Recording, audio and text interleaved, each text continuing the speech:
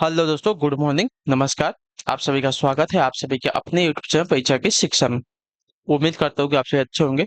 आपकी जो तैयारी है अच्छे तरीके से चल रही थी। जो बच्चे क्लास में फर्स्ट टाइम है, पहली बार रहने हैं, उन सभी को बता दिया जाए कि हमारे चैनल पर जो आपकी बीएड प्रवेश परीक्षा 2024 की जो आपकी तैयारी है रेगुलर बेसिस पे करवाई जाए। तो जिसे भी तैयारी पूरी करनी है, कंप्लीट करनी है, चैनल को जो है सब्सक्राइब हमारे साथ जुड़ जाएंगे और उसके बगल में जो बेल आइकन वाला बटन दिएगा उसको ऑन कर देंगे, ठीक है। क्लियर है। बाकी जो क्लास का समय है बहुत ही इंपॉर्टेंट देख लिया। जीके जीएस की जो क्लास है सुबह 10 बजे आपको डेली हमारे यहाँ पे देखने को मिलती है। रीजनिंग की जो क्लास है आपको देखिए दोपहर को 1 बजे, कला वर्ग की जो क्लास है आपको शाम को 4 बजे और हिंदी की जो क्लास है आपको शाम को 7 बजे हमारे चैनल पर देखने को मिलेगी। क्लासेस का जो समय है आप लोग याद करके रखेंगे। इसी टाइम पर क्लासेस से जुड़ना, अपनी तैयारी को जो है पूरा और कंप्लीट करना है, ठीक है। क्लियर है। इतना सभी को क्लियर है, ठीक है।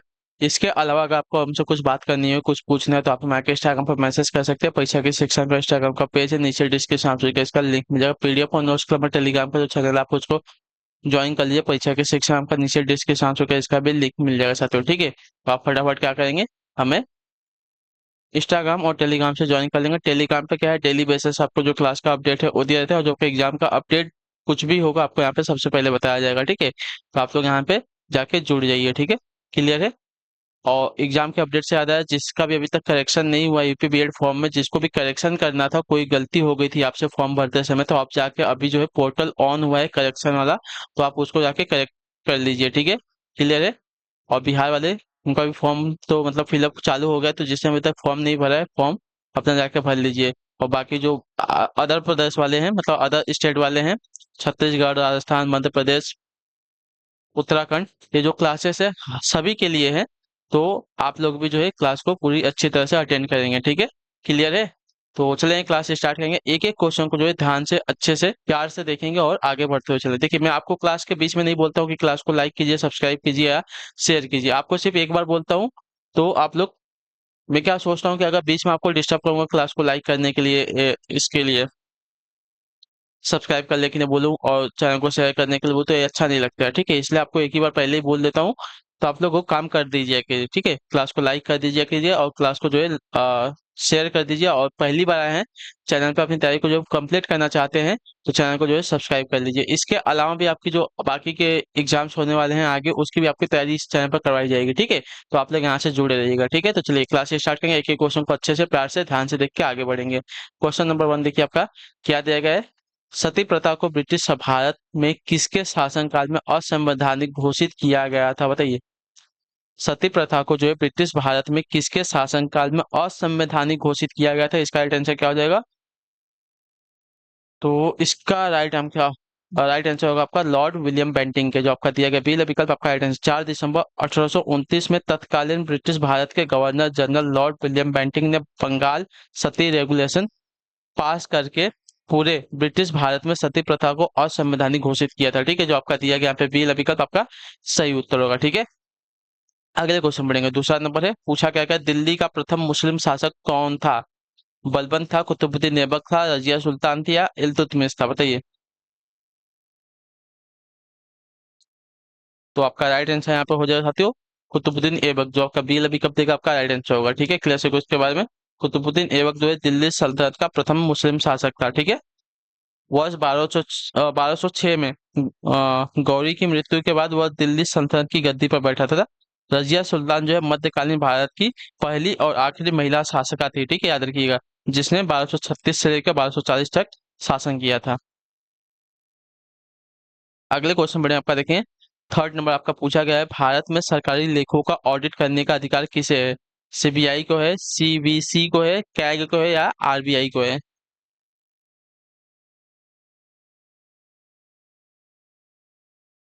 तो देखिए, भारत के नियंत्रक और महालेखा परीक्षक यानी कि कैग, ठीक है, जो आपका सेल विकल्प दिया गया है, इसको जो है सरकारी लेखों का ऑडिट करने का अधिकार है, ठीक है। क्लियर से को, कैग जो है भारतीय लेखा परीक्षा और लेखा विभाग का प्रमुख एवं सार्वजनिक क्षेत्र का प्रमुख संरक्षक है, ठीक है। कैग जो है भारत की संचित निधि एवं प्रत्येक राज्य केंद्र शासित प्रदेश की संचित निधि से संबंधित खातों के सभी प्रकारों के खर्चों का जो है परीक्षण करता है, इतना याद रखिएगा, ठीक है।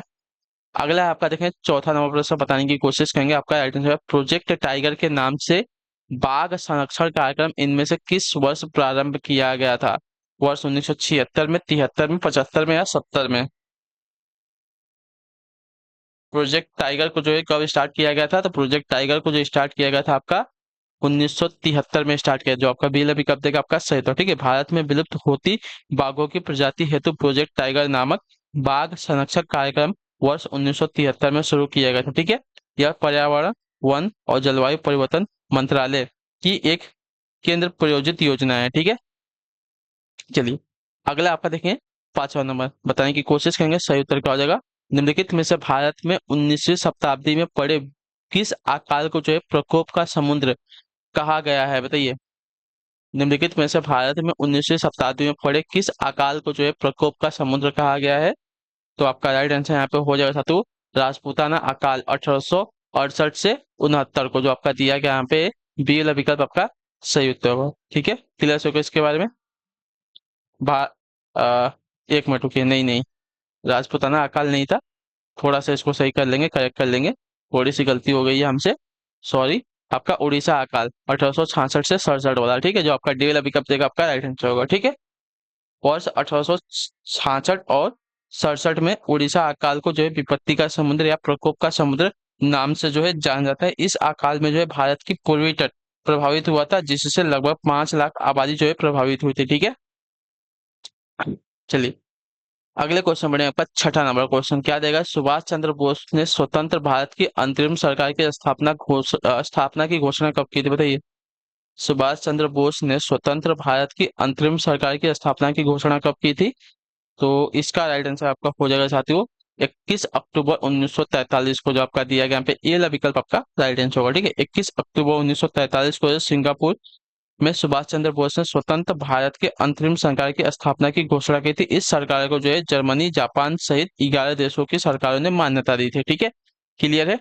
चलिए अगले क्वेश्चन बढ़े, आपका देखें 7वां नंबर। भारत में सबसे बड़ा नदी बेसिन कौन सा है? गंगा बेसिन है, कांगो बेसिन है, बंगाल की खाड़ी है, इनमें से कोई नहीं। तो आपका राइट आंसर यहाँ पे हो जाएगा गंगा बेसिन, जो आपका ए वाला विकल्प देगा आपका राइट आंसर होगा। ठीक है, गंगा बेसिन जो है भारत का सबसे बड़ा नदी बेसिन है। ठीक है, यह नदी बेसिन जो है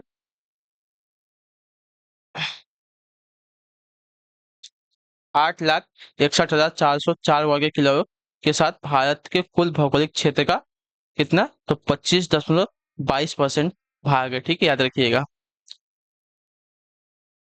प्रसिद्ध पुस्तक मालगुडी डेज के लेखक निम्नलिखित में से कौन है? बताइए, प्रसिद्ध पुस्तक जो आपकी मालगुडी डेज है, इसके लेखक की बात कर रहे हैं, कौन है? तो देखिए, इसके लेखक की अगर बात की जाए तो आपके R K नारायण, जो आपका डी वाला विकल्प देगा आपका राइट आंसर होगा। ठीक है, क्लियर है। चलिए अगले क्वेश्चन बढ़े, आपका 9वां क्वेश्चन क्या देगा। उत्तर प्रदेश दिवस कब मनाया जाता है? उत्तर प्रदेश दिवस आपकी बात करें, इसको कब मनाया जाता है? तो आपका राइट आंसर होगा 24 जनवरी को, जो आपका ए वाला विकल्प देगा आपका राइट आंसर। ठीक है, 24 जनवरी 2018 से प्रति वर्ष जो है उत्तर प्रदेश सरकार द्वारा उत्तर प्रदेश दिवस मनाया जाता है।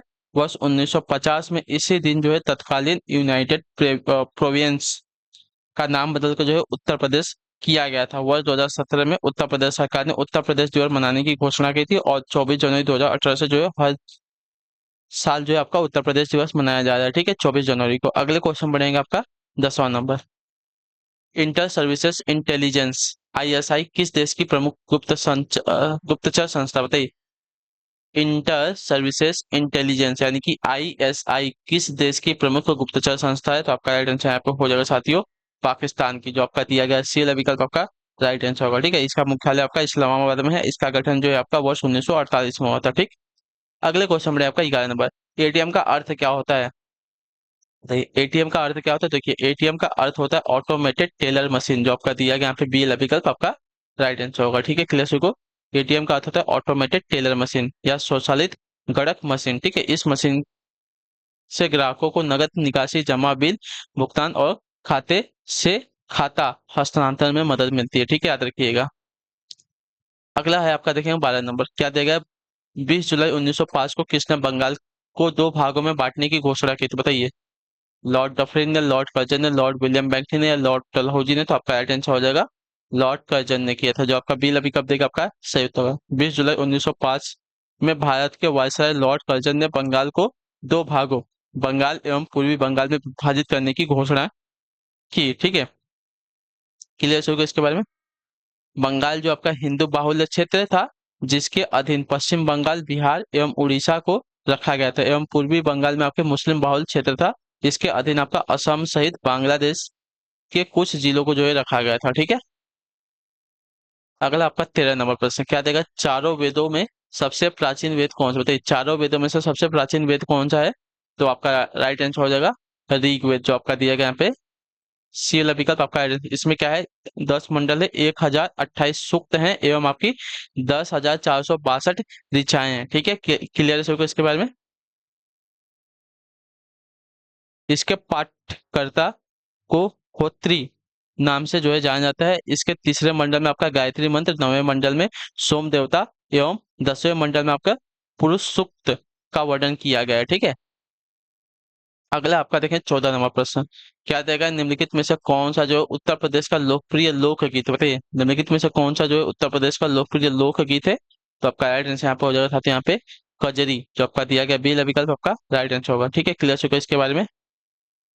जब मुख्यतः जो है वर्षा ऋतु में महिलाओं द्वारा गाया जाता है, इसकी उत्पत्ति जो है मिर्जापुर से मानी जाती है। ठीक है। अगला आपका देखिए 15 नंबर प्रश्न बताने की कोशिश करेंगे, सही उत्तर क्या हो जाएगा, संविधान के किस अनुच्छेद के अनुसार राष्ट्रपति को उसके कार्यों के संपादन एवं सलाह देने हेतु एक मंत्रिपरिषद की व्यवस्था की गई है, बताइए संविधान के किस अनुच्छेद के अनुसार राष्ट्रपति को उसके कार्यों के संपादन एवं सलाह देने हेतु एक मंत्रिपरिषद की व्यवस्था की गई है। तो आपका राइट आंसर यहाँ पे हो जाएगा साथियों अनुच्छेद 74 के तहत, जो आपका ए विकल्प देगा आपका सही उत्तर होगा। ठीक है, क्लियर होगा इसके बारे में। राष्ट्रपति जो है मंत्रिपरिषद से क्या बोले, मंत्रिपरिषद से सलाह पर पुनर्विचार करने की अपेक्षा कर सकेगा, और इसके पश्चात जो है दी गई सलाह के अनुसार कार्य करेगा। ठीक है। चलिए अगले क्वेश्चन बढ़े, आपका 16 नंबर क्या देंगे, बिरजू महाराज किस नृत्य से संबंधित थे। बिरजू महाराज जो है किस नृत्य से संबंधित है, तो पंडित बिरजू महाराज जो है आपके भारत के प्रसिद्ध कथक नर्तक हैं। ठीक है, कथक नर्तक हैं, जो आपका बीला विकल्प देगा आपका राइट आंसर होगा, जिनका संबंध आपका लखनऊ के कालका बिंदादिन घराने से था। ठीक है। और इनका जो निधन हुआ था जनवरी 2022 में हुआ था, और इनका जो जन्म हुआ था 1983 में, सॉरी इनको जो है 1983 में पद्म विभूषण से सम्मानित किया गया था। ठीक है, याद रखिएगा 1983 में। अगला आपका देखेंगे 17 नंबर क्या देगा, सूर्य ग्रहण होता है जब क्या होता है, बताइए कौन सी स्थिति में सूर्य ग्रहण होता है। तो सूर्य ग्रहण आपका होता है चंद्रमा सूर्य और पृथ्वी के बीच में आता है, तब अपना सूर्य ग्रहण होता है, जो आपका दिया गया पे बी विकल्प आपका राइट आंसर होगा। ठीक है, जब पृथ्वी और सूर्य के मध्य में आपका चंद्रमा आता है, तो सूर्य का प्रकाश जो है पृथ्वी तक नहीं पहुंच पाने के कारण पृथ्वी के कुछ हिस्सों में दिन में ही अंधेरा हो जाता है। इस स्थिति को जो है सूर्य ग्रहण के नाम से जाना जाता है। ठीक है, याद रखिएगा। अगला है आपका देखें 18 नंबर क्या है, ग्रैमी अवार्ड का संबंध किस क्षेत्र से, मैंने इसके बारे में तो आपको कई बार बता चुका है, संगीत के क्षेत्र से। ठीक है, याद रखिएगा। अगले क्वेश्चन बढ़े आपका देखें 19 नंबर क्या देगा, निम्नलिखित में से कौन सा रक्त समूह जो है सर्वदाता होता है, मतलब सभी को जो है खून दे सकता है, कौन सा रक्त समूह होता है। तो आपका राइट आंसर हो जाएगा ओ, जिसका भी ब्लड ग्रुप ओ है, वो क्या है, तो सबको रक्त अपना दे सकता है, इतना याद रखिएगा। ठीक है, क्लियर हो गया इसके बारे में।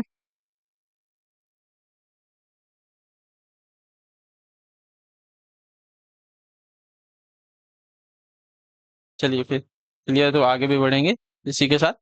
अगला है आपका 20 नंबर क्या देगा, वर्मी कंपोस्टिंग किससे की जाती है, बताइए वर्मी कंपोस्टिंग किससे की जाती है। तो वर्मिंग कंपोस्टिंग जो की जाती है आपकी कृमि से की जाती है, जो आपका सी अभी कब देगा आपका आंसर, वह प्रक्रिया जिसमें कृमि यानी कि विशेष रूप से केंचुओं के माध्यम से ऑर्गेनिक अपशिष्ट का अपघटन किया जाता है, जिससे उत्पाद के रूप में उर्वरक खाद मिलती है, उसे वर्मी कंपोस्टिंग कहते हैं। केंचुआ जो है खाद या वर्मी कंपोस्ट एक उत्तम जैव उर्वरक है, याद रखिएगा। ठीक है।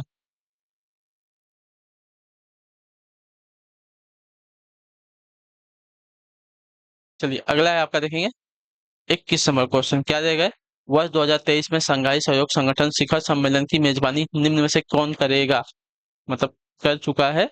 तो आपका राइट आंसर हो जाएगा साथियों, यहाँ पे भारत ने किया था। ठीक है, जो आपका दिया गया बी विकल्प आपका राइट आंसर होगा। ठीक है। चलिए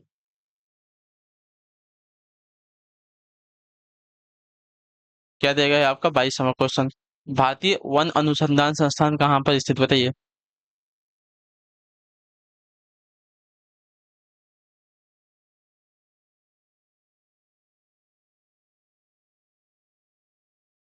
तो देखिए, ये आपका स्थित है देहरादून में। जो आपका डी वाला विकल्प, ए वाला विकल्प देगा आपका राइट आंसर होगा। ठीक है। भारतीय वन अनुसंधान संस्थान उत्तराखंड की राजधानी देहरादून में स्थित है। इसकी स्थापना वर्ष 1906 में इंपीरियल फॉरेस्ट इंस्टीट्यूट के रूप में की गई थी। ठीक है। अगला आपका देखेंगे 23 नंबर क्या देगा। गुगली शब्द का संबंध किस खेल से है। गुगली शब्द का जो संबंध है किस खेल से है। तो अगर आप क्रिकेट देखते होंगे तो आपको पता होगा। जो आपका डी वाला विकल्प देगा आपका सही उत्तर होगा। ठीक है। गुगली क्रिकेट से संबंधित है। जो आपका दिया गया यहाँ पे डी वाला विकल्प आपका राइट आंसर होगा। ठीक। चलिए, अगला आपका देखेंगे 24 नंबर प्रश्न का क्या दिया गया है? राज्य सरकार का आधिकारिक विधिक सलाहकार कौन होता है, बताइए। राज्य सरकार का आधिकारिक विधिक सलाहकार कौन होता है। तो आपका राइट आंसर यहाँ पे हो जाएगा तो महाधिवक्ता। जो आपका डी वाला विकल्प देगा आपका राइट आंसर होगा। ठीक है। महाधिवक्ता जो है राज्य सरकार का सर्वोच्च कानून अधिकारी होता है, जो सभी कानूनी मामलों में राज्य सरकार को जो है सलाह देने के लिए जिम्मेदार होता है। ठीक है। भारतीय संविधान का अनुच्छेद 165 के अनुसार प्रत्येक राज्य का राज्यपाल जो है उच्च न्यायालय का न्यायाधीश होने के लिए अहित किसी व्यक्ति को राज्य का महाधिवक्ता नियुक्त करेगा। इतना याद रखिएगा। ठीक है। चलिए, अगले क्वेश्चन बढ़े आपका देखिए 25 नंबर प्रश्न बताने की कोशिश करेंगे। आपका ऐड है थियोसोफिकल सोसाइटी का प्रचार प्रसार भारत में किसने किया, बताइए। थियोसोफिकल सोसाइटी का प्रचार प्रसार भारत में किसने किया था। तो आपका राइट आंसर यहाँ पे हो जाएगा साथियों एनी बेसेंट ने। जो आपका बी वाला विकल्प देगा आपका राइट आंसर होगा। ठीक है। क्लियर। वर्ष 1891 में एनी बेसेंट ने भारत में थियोसोफिकल सोसाइटी का प्रचार प्रसार किया था। ठीक है। थियोसोफिकल सोसाइटी एक अंतर्राष्ट्रीय आध्यात्मिक संस्था है, जिसकी स्थापना वर्ष 1875 में मैडम ब्लैक वेस्टकी और कर्नल ऑलकॉट ने अमेरिका में की थी। ठीक है।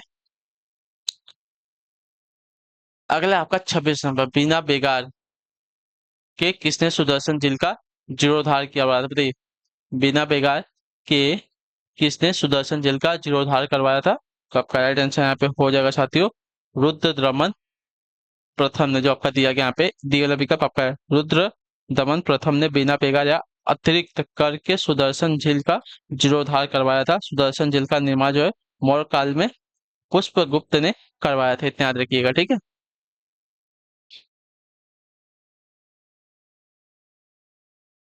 जीर्णोद्धार किसने करवाया था, तो रुद्र दमन प्रथम ने। और इसका निर्माण किसने करवाया था, तो मौर्य काल में पुष्पगुप्त ने करवाया था इसका निर्माण। इतना याद रखिएगा। ठीक है। क्लियर से होगा इसके बारे में। चलिए, अगले क्वेश्चन बढ़े आपका देखिए 27 नंबर दिया गया है वर्ष 2019 में भारत का कौन सा राज्य जो है केंद्र शासित प्रदेश बना।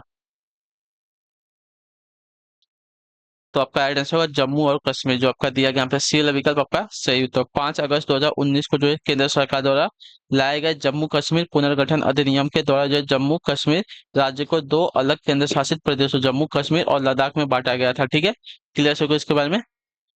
अगला आपका देखें 28 नंबर, उत्तर देने की कोशिश करेंगे। राइट आंसर, सूर्य से आने वाली पराबैंगनी किरणें उत्पन्न करती हैं क्या। फेफड़े का कैंसर, त्वचा का कैंसर, मुख का कैंसर या यकृत का कैंसर। तो आपका राइट आंसर यहाँ पे हो जाएगा साथियों त्वचा का कैंसर। जो आपका बी वाला विकल्प देगा आपका राइट आंसर होगा। ठीक है। क्लियर होगा उसके बारे में। चलिए, इन किरणों से पृथ्वी की सतह की रक्षा ओजोन परत करती है। इसके बारे में आपको मैंने कई बार बता चुका है। ठीक है। अगला आपका देखिए 29 नंबर क्या देगा है। निम्नलिखित में से किसे डीआरडीओ का नया अध्यक्ष नियुक्त किया गया है, बताइए। निम्नलिखित में से किसे जो डीआरडीओ का नया अध्यक्ष नियुक्त किया गया। तो डीआरडीओ का नया अध्यक्ष जो है नियुक्त किया गया आपका यहाँ पे किसको, तो समीर वी कामत को। जो आपका दिया गया यहाँ पे ए वाला विकल्प आपका राइट आंसर होगा। ठीक है। वर्ष 2022 में भारतीय वैज्ञानिक समीर वी कामत को जो है रक्षा अनुसंधान और विकास संगठन यानी कि डीआरडीओ का नया अध्यक्ष नियुक्त किया गया है। ठीक है। डीआरडीओ की स्थापना वर्ष 1958 में हुई थी। ठीक है। अगला आपका 30 नंबर क्वेश्चन क्या दिया गया, हाल ही में भारत का 76वां शतरंज ग्रैंड मास्टर कौन बना, बताइए। तो आपका राइट आंसर होगा प्रवण आनंद। जो आपका दिया गया बी वाला विकल्प आपका राइट आंसर होगा। ठीक है। क्लियर होगा इसके बारे में। चलिए, अगले क्वेश्चन बढ़े आपका देखिए 31 नंबर क्या दिया गया है। निम्नलिखित में से क्या स्टेनलेस स्टील का संगठक नहीं है, बताइए। स्टेनलेस स्टील का क्या संगठक नहीं होता, स्टेनलेस स्टील का संगठक का यहाँ पे एल्युमिनियम नहीं होता। ठीक है। जो आपका दिया गया यहाँ पे ये वाला विकल्प आपका राइट आंसर हो जाएगा। ठीक है। स्टेनलेस स्टील या जंगरोधी इस्पात के संगठक आपका देखिए लोहा, क्रोमियम तथा निकेल ये सभी होते हैं, लेकिन एल्युमिनियम इसका संगठक नहीं होता। ठीक है। अगला आपका देखिए 32 नंबर प्रश्न बताएंगे कोशिश करेंगे। राइट, निम्न में से किसे जो है 52वें दादा साहेब फाल्के पुरस्कार से सम्मानित किया गया, बताइए। निम्न में से किसे जो है 52वें दादा साहेब फाल्के पुरस्कार से सम्मानित किया गया है। तो आपका राइट आंसर यहाँ पे हो जाएगा साथियों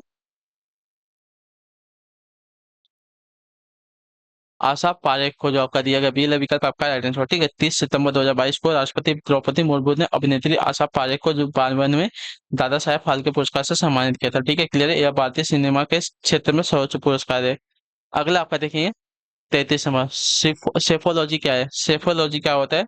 तो सेफोलॉजी की अगर बात करें तो चुनाव, मतदान आदि का सांख्यिकीय अध्ययन जो उसको सेफोलॉजी कहा जाता है। जो आपका दिया गया ए वाला विकल्प आपका यहाँ पे राइट आंसर होगा। ठीक है, क्लियर है इसमें सेफोलॉजी यानी कि राजनीतिक विश्लेषण, चुनाव, मतदान आदि का सांख्यिकीय अध्ययन होता है। ठीक है, इस शब्द का प्रतिपादन वर्ष 1948 में ब्रिटिश नागरिक WFR हॉर्डी ने किया था। ठीक है, 34 नंबर, क्या 2011 की जनगणना के अनुसार भारत का जनसंख्या जनघनत्व कितना था बताइए?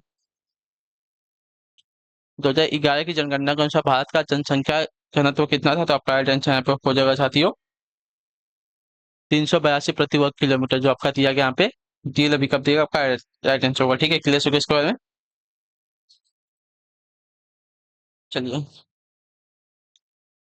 आखिरी क्वेश्चन बताने की कोशिश करेंगे। लोकसभा का चेयरमैन कौन होता है? बताइए, लोकसभा का चेयरमैन कौन होता है? इसका राइट आंसर क्या हो जाएगा? राष्ट्रपति, प्रधानमंत्री, लोकसभा स्पीकर या संसदीय मामलों के मंत्री? तो देखिए, लोकसभा का चेयरमैन आपका लोकसभा का स्पीकर होता है, अध्यक्ष होता है, जो आपका दिया गया सी वाला विकल्प आपका यहाँ राइट आंसर होगा। ठीक है, क्लियर हो गया इसके बारे में? चलिए, तो इसी के साथ जो आपकी क्लास है आज की यहीं पे कंप्लीट होती है। आई होप कि आपको क्लास अच्छी लगी। अच्छी क्लास को लाइक कर दीजिएगा, चैनल पे पहले होता है चैनल को सब्सक्राइब, और अपनी राय जो है क्लास के बारे में दे के जाइएगा, आपको क्लास कैसी लगी। ठीक है, तो चलेंगे, हम आपसे मिलते हैं आपकी अगली क्लास में। दोपहर को 1 बजे रीजिंग वाली क्लास में आप लोग आ जाइएगा टाइम से। तब तक के लिए टाटा बाय बाय, जय हिंद जय भारत। आप सभी का जो है क्लास से जुड़ने के लिए बहुत बहुत ही धन्यवाद साथी।